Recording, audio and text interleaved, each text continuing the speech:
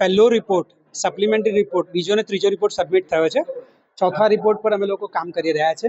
એમાં કાંસને પણ ઇન્ક્લુડ કરી છે, જે વરસાદી કાંસો છે તેને, જે ડેબ્રીઝ હજુ પડી છે એની પણ વાત ડિસ્કસ થઈ છે.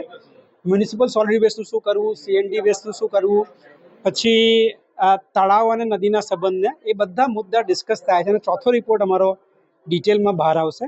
અને જે ફ્લડ પ્લેન મેપ છે, પૂરનો મેપ કે જે પહેલા રિપોર્ટમાં હતો, એ ડિટેલ મેપ પણ એના પર કામ કરી રહ્યા છે. એટલે તે રિપોર્ટ પર કામ થઈ રહ્યું છે. અને એ રિપોર્ટ તમને 24 નવેમ્બર કે મને એક્સિડન્ટ થયો છે એટલા માટે થોડું ડિલે પણ થયું છે, પણ એ અમે 24 નવેમ્બરની આસપાસ આવશે અને એમાં બધી બહુ માહિતી હશે. અને આપણે જે પહેલી પ્રેસ કોન્ફરન્સમાં તમને કીધેલું કે આપણે આખી નદીને વ્યવસ્થિત જોવાની, ઇરોઝન થયું છે તો એનો ડ્રોન કરાયો છે આપણે, કે ક્યાં ક્યાં ઇરોઝન થયું છે, ક્યાં આપણે કોયર લગાવી હતી, ત્યાં શું થયું છે, એ પણ અમે ઓબ્ઝર્વ કરી રહ્યા છે અને રિપોર્ટમાં આવશે.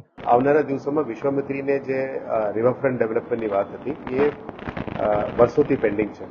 એને વેગ આપતા આવનારા દિવસોમાં વિશ્વામિત્રીને એક નવું મોડલ, જેમાં કન્ઝર્વેશન વર્સિસ ડેવલપમેન્ટને સમાવેશ કરીને એક નવું મોડલ તરીકે બનાવવા માટે અને રાજ્ય સરકારની વેટિંગ અને મદદથી આ કામગીરી કરવાનું મેં નક્કી કર્યું છે.